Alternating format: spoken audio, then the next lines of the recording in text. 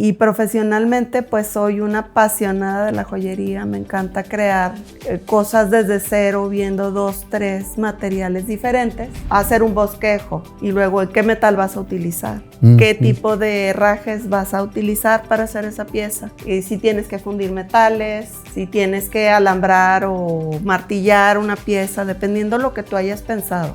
Es toda una ciencia. De verdad hacer esto. Sí, ¿verdad? La plata y el oro tienen la característica de que son muy dúctiles. Entonces se estiran, son metales suaves que deben de usar otra combinación de metales para adquirir dureza y resistencia.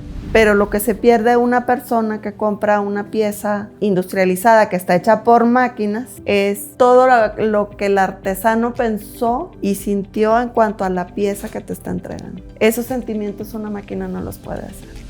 Que en la bisutería tú compras todos los componentes para crear, por ejemplo, un collar. Compras los broches, las argollas, la cadenita, el dijecito que le vas a poner, le pones la argolla. Finalmente terminas una pieza. Y ya lo que es elaborar una pieza de artesanía a medida implica que tú haces todo. Desde fundir el metal hasta tener la pieza terminada.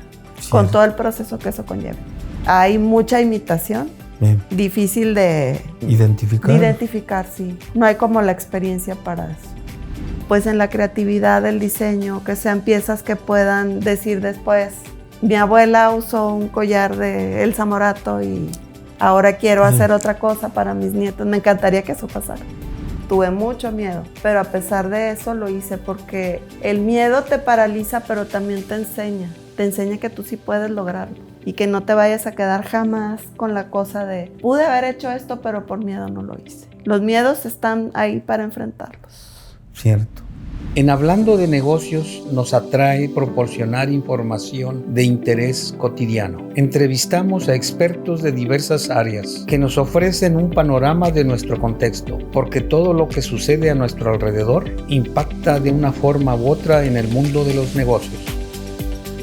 Hola amigos, amigas, bienvenidas a Hablando de Negocios, el blog que les trae información variada e interesante. Y hoy tenemos a una invitada muy especial, conocedora de joyería, de la artesanía de la joyería, que es un tema que no habíamos tratado. Ella es Elsa Morato Villarreal. Gracias, Elsa, por acompañarnos, por aceptar la invitación. Muchas gracias por tomarme en cuenta para esta invitación. Bien, Elsa, si nos das una semblanza de tu preparación académica y breve, por favor.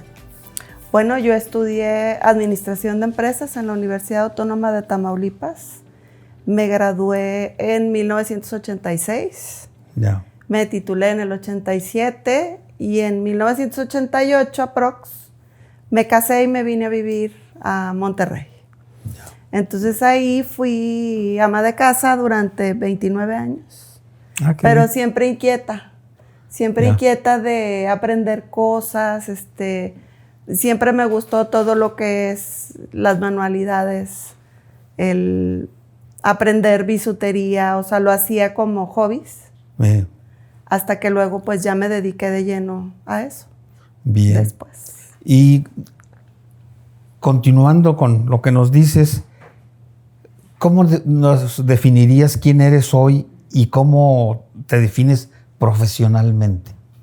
Bueno, yo sigo siendo Elsa Morato y profesionalmente pues soy una apasionada de la joyería. Me encanta crear cosas desde cero, viendo 2, 3 materiales diferentes y entonces empiezas en tu mente con tu espíritu creador a crear, a formar una pieza que luego va a tener pues relevancia para algún cliente. Cierto, qué bien. Cuando alguien escucha de joyería, suele pensar en lujo o moda. ¿Qué significa para ti la joyería? Bueno, para mí la joyería es como una declaración.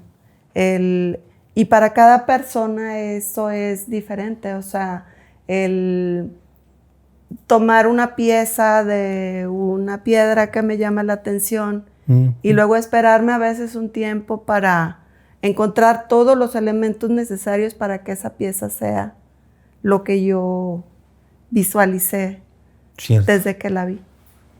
Bien. Para mí eso es más allá de ostentar clase, lujo, es como una declaración personal de cada quien pues de lo que quieres tú dar a entender con esa pieza. O sea, puede ser para protección, utilizar las propiedades de las piedras, de los metales. Todo. Cierto. Hay muchos enfoques que pueden hacer. Bien.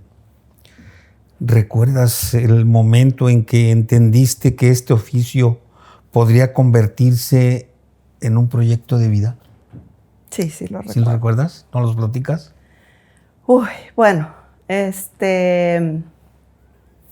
ya cuando, o sea, hice muchas cosas a lo largo del tiempo que fui ama de casa, ¿verdad? Cierto. Y siempre me llamó mucho la atención esa parte de la joyería.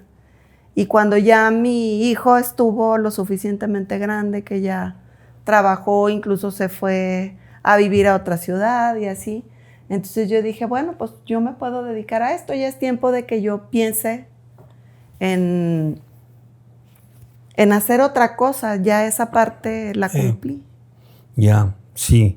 Veo precisamente que tu experiencia suma desde hace 26 años, pero tu proyecto ya formal, ya como negocio, como una profesión, inicia en el 2019. Así es. De eso hablas.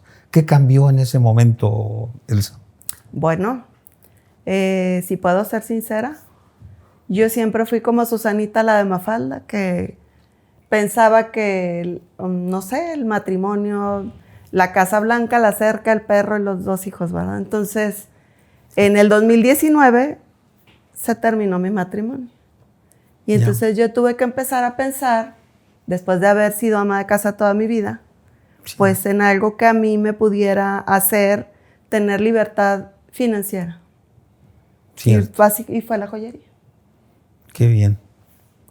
Qué bueno, una buena decisión, ¿no? Pero ya traías muchos antecedentes, ¿cierto? Sí, a mí siempre fui inquieta y siempre buscando la creatividad. Yo cuando era pequeña, bueno, chica como a los 18 años, yo quería estudiar diseño de modas. Y cuando le dije yo a mi papá que quería ser diseñadora de modas y que me quería ir a Monterrey, pues él me dijo que yo estaba muy chica para hacer eso. Y que estudiara una carrera, estudié administración de empresas, y que cuando terminara la carrera, pues él me iba a dar los medios y todo para estudiar diseño. Sí, pero no se cumplió más. Pues no, me casé y luego empezaron a haber otras prioridades en mi vida, como mi familia, mi hijo, pues lo que es mi hogar, ¿verdad? Cierto. Antes, en mis tiempos, pues era algo muy común eso. Cierto, qué bien. ¿Qué te sigue emocionando hoy de tu trabajo con metales, pues después de tantos años? Uy, bueno, es que hay infinitas posibilidades hasta donde te dé la imaginación de tomar 3 o 4 elementos y con eso en tu mente jugar con ellos hasta que llegues al final a tener una pieza terminada que te da mucha satisfacción personal. Y aparte de hacer algo que a mí me encanta, pues el hecho es que mis clientes la quieran comprar y me paguen por ella, pues ya es así como, sí, wow, ¿verdad? O sea, sí, porque realmente estoy haciendo algo que me gusta mucho. Ya, qué bueno. Para quienes no conocen el proceso, ¿qué implica realmente hacer una joya desde cero? ¿Cómo nos lo explicaría? Bueno, desde cero es desde el momento en que tú buscas hacer un diseño, o sea, en una libreta, agarras tu libreta creativa y empiezas a hacer un bosquejo. Y luego, ¿qué metal vas a utilizar? ¿Qué tipo de herrajes vas a utilizar para hacer esa pieza? Si tienes que fundir metales, si tienes que alambrar o martillar una pieza, dependiendo de lo que tú hayas pensado. Eso implica hacer una pieza desde cero. Ya. Fundir, martillar, requemar, volver a fundir, o sea, no fundir, a requemar y así hasta que, para que el metal tenga tolerancia y no se vaya a partir. Cierto. Es toda una ciencia, de Bien. verdad, hacer esto. Sí, ¿verdad? ¿Por qué la fundición del metal es una base importante para el oficio del joyero? Justo si continuamos con lo que ya nos decía, ¿no? Claro que sí. La fundición del metal implica fórmulas que son muy exactas. El estar bien consciente de que tienes que tener un crisol para fundir el oro, tienes que tener un crisol para fundir la plata y otro aparte para fundir cobre, latón y otros metales. Si tú fundes el plata en el de los otros metales, entonces lo que estás haciendo es que tu metal lo estás, ay, se me fue la palabra, pues digamos ensuciando. Digamos que se ensucia, sí. Se contamina, ya me acordé, contamina. Se contamina y entonces cuando tú lo quieres estirar o quieres martillarlo, empieza a abrirse. Entonces ese metal queda inservible. Uno tiene que tener mucho cuidado de utilizar el crisol, los elementos necesarios, el metal necesario para que eso no pase. Entonces, si tú lo haces personalmente, toda esa parte de ese proceso, te aseguras de que lo estás haciendo de la manera correcta. Ya. ¿Has trabajado con la técnica tradicional de la cera perdida? ¿Nos podrías explicar en qué consiste eso y por qué sigue siendo relevante? Bueno, la cera perdida yo la utilizo cuando voy a hacer una pieza que quiera un cliente que sea especial y que no se pueda conseguir, digamos, comúnmente en el mercado, en el metal que quiere hacerla. Yeah. Entonces ahí lo que se hace es, se talla en cera la pieza. Puede ser como un elemento de algún videojuego, alguna figurita especial, la Hello Kitty para las niñas o así. Entonces uno la talla en cera. De ese tallado en cera se forma un arbolito, se vacía un yeso especial y entonces ya el metal fundido tú lo vacías sobre eso cuando ya se secó, obviamente respetando los tiempos de secado de cada cosa. Tú lo vacías, la cera se pierde, por eso se llama cera perdida. Y entonces el metal va a entrar al hueco que quedó, que dejó esa cera. Que dejó la cera, sí. Y entonces ya luego, bueno, se pule, se abrillanta, se le da el acabado y tienes una pieza. Sí, ¿verdad? Exclusivo. Exclusiva. Cierto. A total gusto de la persona que la vaya a usar. Qué bien. ¿Qué te ha enseñado trabajar con estilos históricos como la joyería precisamente antigua o de estilos antiguos? Me encanta porque antes la gente no tenía los elementos que hay ahora. Ahora crear o hacer una joya es muchísimo más fácil de lo que fue para nuestros ancestros para las personas de la antigüedad. Ellos tenían que poner, hacer un fuego y estar con un fuelle y tratando de que la pieza no se les fuera, la soldadura no fuera a quemar toda la pieza, a fundirla. Entonces, aparte, no era algo muy fino, aunque sí han hecho filigranas, wow. Y esas piezas, pues, se han encontrado en tumbas, como por ejemplo los egipcios, los mayas, todas nuestras culturas antiguas. Los vikingos, ¿no? Los vikingos mezclaban metal con pieles de animales que cazaban, o incluso, bueno, enemigos. Sí. Sí, así, o se colgaban no sé, los colmillos del tigre que cazaron. Así era como la joyería antes se hacía. Sí, ¿verdad? Y aparte la joyería únicamente estaba destinada a personas de la nobleza, gente con posibilidades económicas suficientes. No cualquiera podía usar una joya antes. Ya. Bien, sí, ¿verdad? Luego se colgaban los huesos, qué sé yo. Ellos agarraban una piedrita, le hacían un agujerito, se colgaban una florecita o con madera, con lo que ellos pudieran tener, porque el hombre ha querido como adornarse desde hace más de 4,000 años. O sea, no, creo que es el Pleistoceno, una cosa así, Ya. que se han encontrado vestigios de cuando encuentran a alguna persona congelada, encuentran que sí se colgaban en el hilito de piel con una piedrita. Cierto. O sea, siempre hemos querido estar adornados. Qué bien. Tengo entendido que los principales metales con los que trabajas es la plata y el oro. ¿Nos podrías explicar eso? Claro, a mí, bueno, el tiempo de trabajo que requiere una pieza es exactamente el mismo, así sea cobre, bronce, no sé, plata, oro. Yo me voy a tardar las mismas horas en hacer la pieza. Cierto. Sí, pero luce más hermosa cuando es plata, es oro y aparte ese valor no se pierde. La plata y el oro generalmente suben su valor. Cierto. Y puede ser como pues una garantía para el cliente de que no se le va a hacer fea, que se puede volver a arreglar, que no le va a pasar prácticamente nada, fuera de una limpieza que requiera o así. Cierto. Por eso me gusta mucho trabajar con la plata y el oro. Ya, qué bien. Mucha gente cree que entre más quilates, mejor. ¿Por qué eso no siempre es tan cierto? Bueno, hablando, por ejemplo, básicamente del metal de la plata y el oro, la plata y el oro tienen la característica de que son muy dúctiles. Entonces se estiran, son metales suaves. Cierto. Que deben de usar otra combinación de metales para adquirir dureza y resistencia.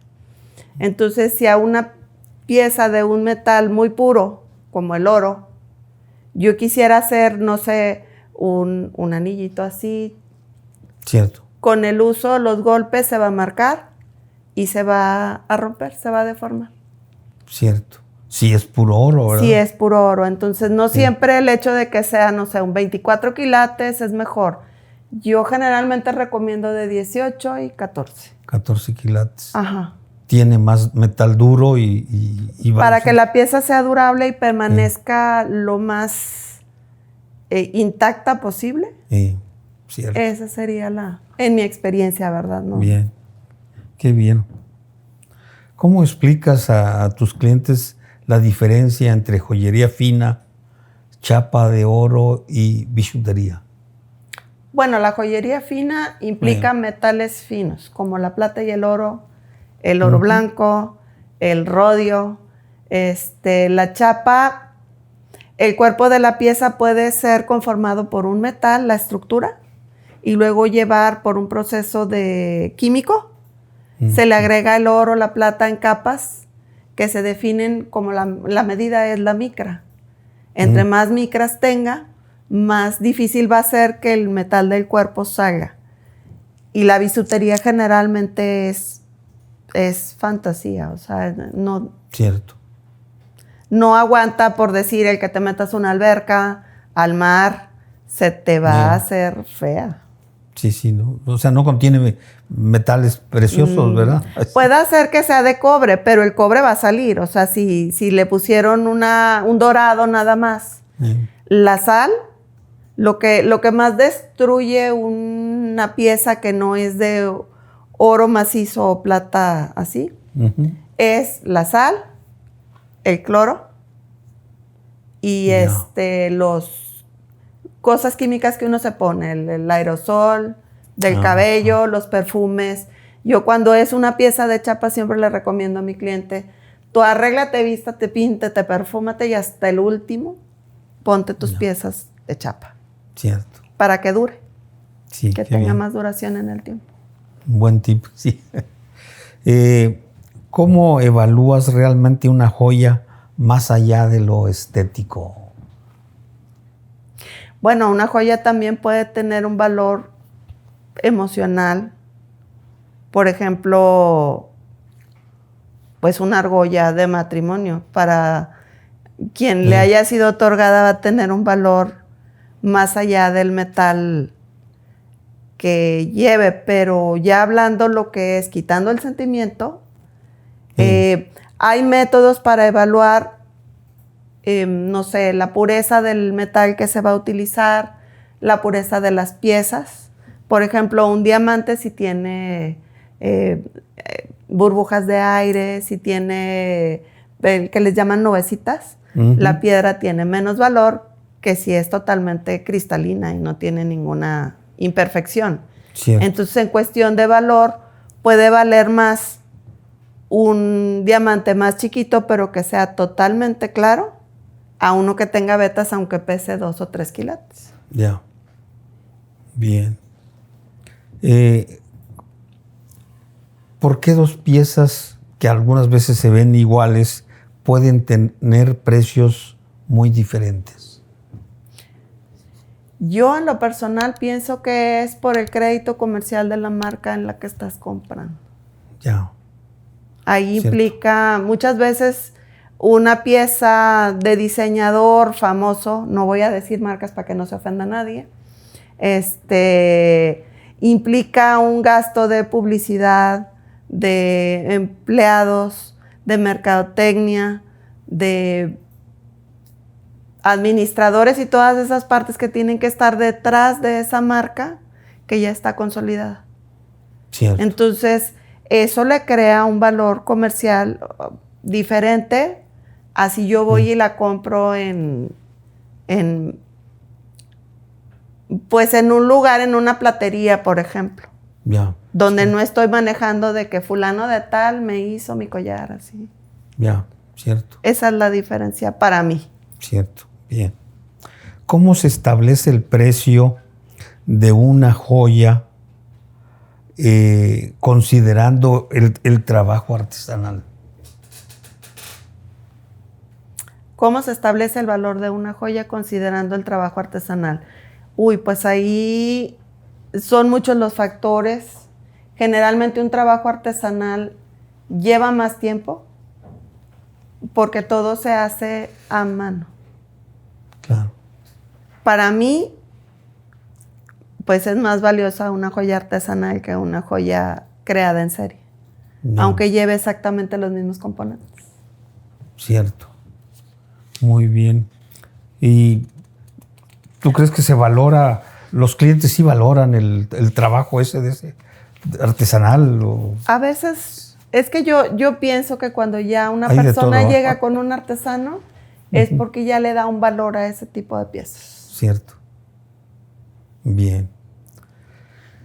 También realizas restauraciones. Sí. ¿Qué es más complejo? ¿Crear una joya nueva o restaurar una existente?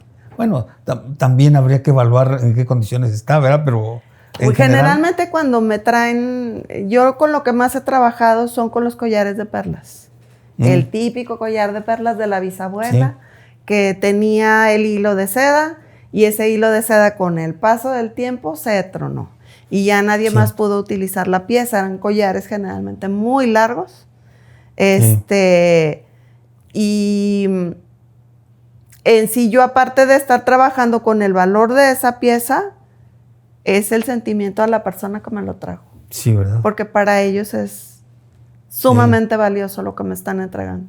Cierto. Entonces yo me siento más comprometida con esas piezas. Aunque en general mi compromiso es al 100% con todos los clientes, pero las de restauración sí hay que tener un poquito más de estudio en cuanto a... Vaya, y sí debe haber muchas restauraciones, ¿no? Porque pues la joya pues no es como comprar un teléfono celular, ¿verdad? Que al rato ya no te sirve. Pues la joya servirá por generaciones, ¿verdad? Sí. Si está hecha con un metal precioso y demás, te va a servir hasta para que salgas de un apuro económico con el collar que te heredó la abuela, ¿no? Ya, cierto. ¿Qué papel juega el valor emocional en este tipo de trabajos? Los de restauración. De restauración, sí. Pues es un porcentaje muy alto. Muy alto, porque tú no nada más estás trabajando esa pieza, son todas las historias que se crearon alrededor de esa pieza. De cuando, voy a poner un ejemplo, cuando tú eras niña y tu abuela se sentaba en una silla con su collar de perlas que nunca se quitaba y tú estabas ahí adorando las perlas de la abuela, ¿verdad? Escuchando esas historias. Todo lo que te significa y te rememora esas piezas en particular. Cierto. ¿Recuerdas alguna restauración que te haya marcado, que te haya dejado gratos recuerdos? Sí, acabo de entregar un trabajo de restauración de un collar de perlas también muy largo. La clienta me lo trajo, me dijo que se le había perdido el broche y el collar pues estaba roto, ¿verdad? La seda con el que se hace el anudado para el collar de perlas estaba rota. Entonces pues ese collar le dije, bueno, ¿qué quieres hacer? Quiero un collar más corto, quiero una pulsera y unos aretes. Y entonces yo le hice su collar, se toman las medidas, ¿verdad? Obviamente, y se empieza a hacer el trabajo y sobraron 10 piezas, que yo las puse en una bolsita, pero eran unas perlas tan hermosas en forma de gota y luego tenían una forma así. Yo nunca había visto unas perlas así, vaya que he visto muchas. Entonces yo le entrego las 10 perlas que sobraron y ella me dice, oye, ¿y si me haces aretes para mis hijas y mis sobrinas? Que curiosamente eran 5 mujeres. Entonces llévate estas que quedaron y tráeme unos aretes sencillos para que todas las mujeres de la familia traigan una parte del collar de la abuela. Y yo cuando lo entregué, la cara de felicidad que ella tenía, de verdad que no tiene precio. Qué interesante. A mí me trae, digamos que recuerdos muy gratos. Qué bien. Qué bien. Y toda la familia orgullosa y contenta, sí, ¿verdad? feliz, les encantaron. Qué bien. Desde tu experiencia, ¿cuál es el mayor reto de vivir de la joyería? La competencia. Hay mucha competencia. Uno tiene que pensar siempre las 1000 maneras de hacer lo mismo, pero un poquito diferente para que en lugar de escoger a todas las opciones que hay, te elijan a ti. Cierto. Digo, yo siempre, aparte, me he caracterizado por trabajar con honestidad y no andarte vendiendo algo que no es. Cierto. Sí, ahí es importante, ¿verdad? O sea, sí. Tener esa responsabilidad de que pues la gente va a tener una joya y va a durar mucho tiempo y te va a reconocer, ¿verdad? Y explicarle las 1001 maneras en que ellos pueden mantener esa pieza, aunque no sea de oro, de la mejor forma posible por el más tiempo que se pueda. Cierto. ¿Qué habilidades empresariales tuviste que aprender además del taller de lo que es la joyería? Bueno, ¿lo puedo mencionar? Sí. En la UDEM estoy en una organización que se llama Emprende Mujer. Ajá. Ellos a los emprendedores, por medio de un crédito, nos facilitan el hecho de que nosotros podamos pagar clases, comprar equipo, comprar, digamos, los materiales para vender, aumentar la producción, pero al mismo tiempo también nos dan clases donde nos explican, por ejemplo, ahorita que lo último de la IA. ¿Qué es la IA? ¿Para qué te sirve? ¿Para qué son las redes sociales? ¿Cómo puedes calcular el costo de una pieza? Ese tipo de cosas. Que, por decir, por la carrera que yo estudié, ya la sabía. Pero lo que yo estudié, la era de las cavernas, allá en el 80 y tantos, pues no es lo mismo que se está viendo ahorita. O sea, toda la cuestión fiscal, empresarial, todo. Porque yo sí estoy dada de alta en Hacienda, tengo mi marca registrada ahorita después en estos años, del 2019 a la fecha. Cierto. También nos han dado una asesoría impresionante. La mercadotecnia también viene a ser importante es muy aquí, ¿verdad? importante. Muy, muy importante. Qué bien. ¿Es posible competir con la joyería industrial desde lo artesanal, ¿cómo se logra? Yo considero que no compiten una con la otra, o sea, lo que se busca cuando se industrializa un proceso para crear joyas es pues abaratar los costos de mano de obra, pero lo que se pierde una persona que compra una pieza, digamos, industrializada, que está hecha por máquinas, es todo lo que el artesano pensó y sintió en cuanto a la pieza que te está entregando. Esos sentimientos una máquina no los puede hacer. Sí, ¿verdad? Además se puede hacer a lo que requiere la persona, ¿no? También claro, se pueden. Yo trabajo también mucho con medidas especiales. Personas que tienen los dedos tan delgaditos que nunca encuentran un anillo, y mucho menos así como al gusto de lo que ellos quisieran, o como personas que tienen sus dedos gruesos, y ya la parte comercial del mercado joyero no vende esas medidas. Entonces se pueden hacer especiales. Lo mismo funciona con el cuello, con las muñecas. Es exactamente lo mismo. Ya nos has citado varios aspectos, pero ¿cómo se construye la confianza con un cliente en un producto tan ligado al valor económico? Bueno, para mí, voy a hablar por mí, es la honestidad ante todo. O sea, el cliente que a mí me elige y me sigue eligiendo, sabe que yo jamás le voy que yo jamás me voy a querer ganar un peso a costa de mentirle a mi cliente. Cierto. Y pues bueno, o sea, a lo largo de todos estos años he podido mantener clientes fieles y contentos. Bien. ¿Y les fabricas piezas en especial o solamente tú comercias también o cosas que compras y...? Depende de lo que el cliente requiera. Digo, yo por ejemplo estoy en la UDEM y tengo piezas compradas para revender, tengo piezas hechas de bisutería. La diferencia entre joyería y bisutería, por si se lo están preguntando, es que en la bisutería tú compras todos los componentes para crear, por ejemplo, un collar. Cierto. Compras los broches, las argollas, la cadenita, el dijecito que le vas a poner, le pones la argolla, finalmente terminas una pieza, pero tú no hiciste nada.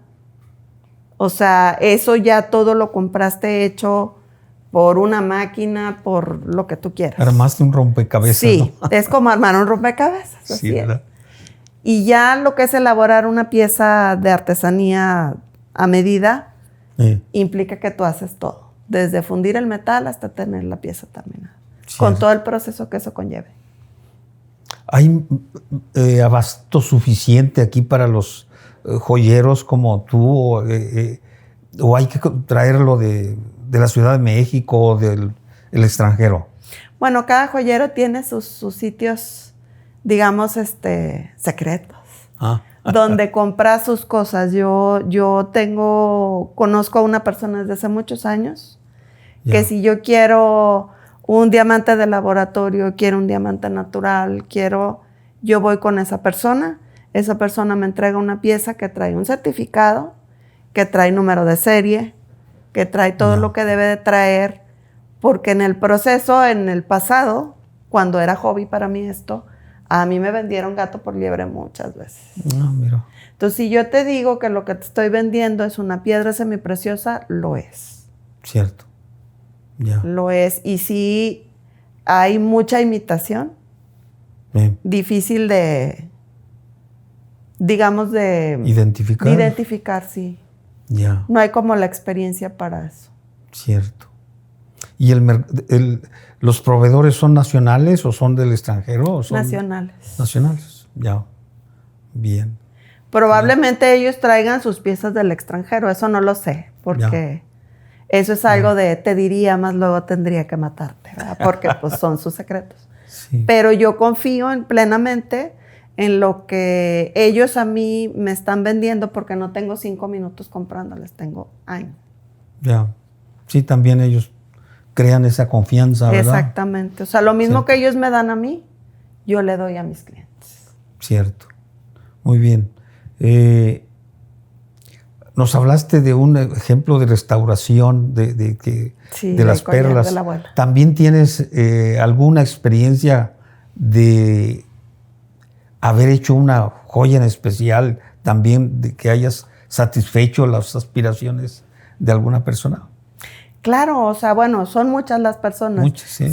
Con los que más satisfacción logras de ver su cara de felicidad es aquella niña que es talla 3 y que quería un anillo de este tamaño. Entonces, no los hay en su talla.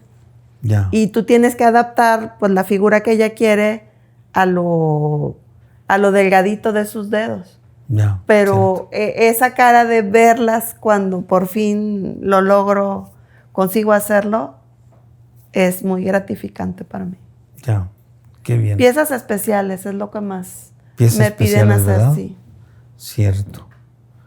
Y todo es para el personal, o sea, no es para lucir en una pared o lucir sobre un escritorio. No han sido cosas personalizadas, no me han pedido piezas. Qué interesante sería trabajar con algo así. Ya, sí, bien.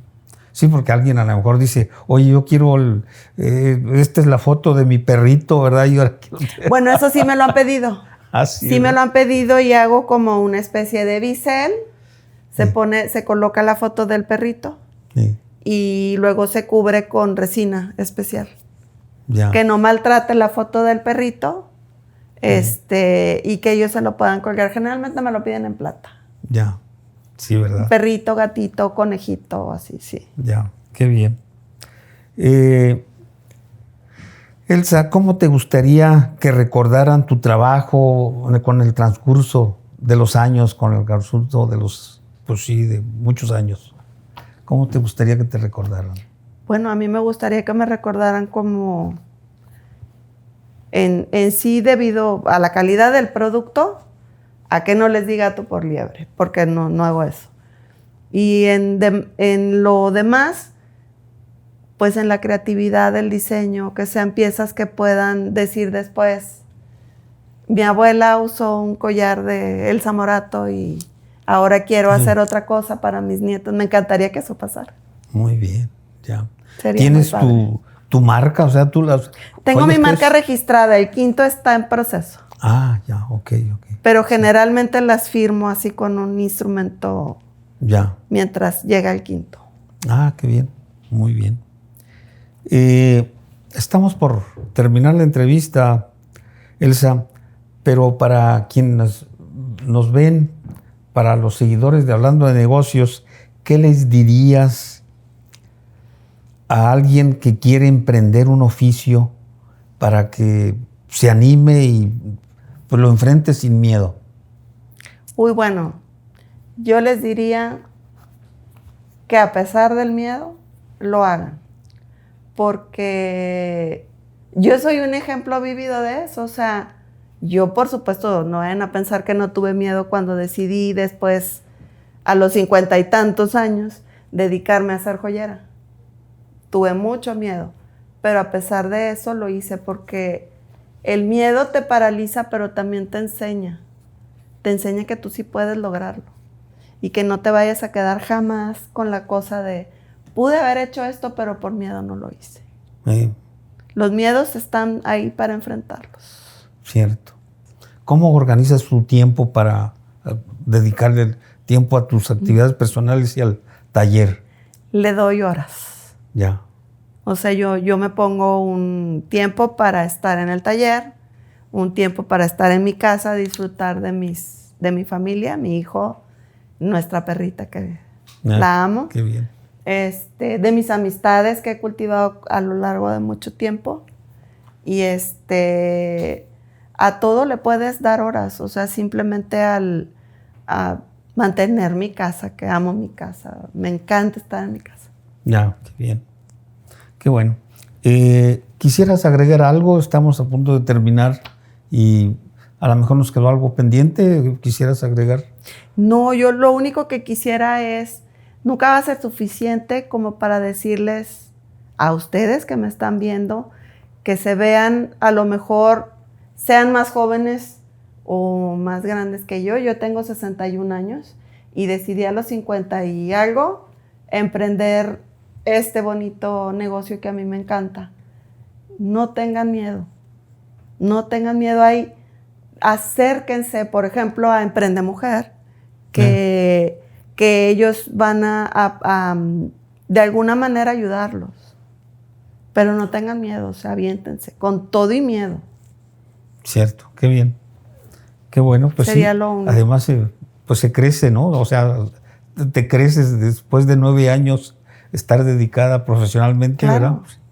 Y aparte, mi abuela tenía muchos dichos y uno de ellos era, lo que no te mata, te hace más fuerte. Sí, ¿verdad? Y de veras que yo he comprobado que sí es verdad. Muy bien. Así que pues. Gracias, Elsa. Muchas gracias por haberme invitado a su programa y poder dar mi humilde opinión en cuanto al mundo de la joyería.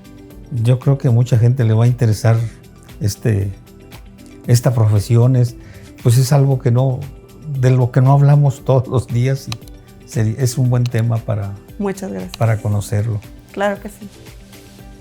Gracias, amigos, amigas, por seguirnos en nuestro blog Hablando de Negocios, donde pues les traemos información variada, interesante, que deja conocimiento, que deja experiencias, y esperamos que este video y todos los que tenemos por ahí los vean, los compartan a quienes pueda interesar. Que la pasen bien. Hasta pronto.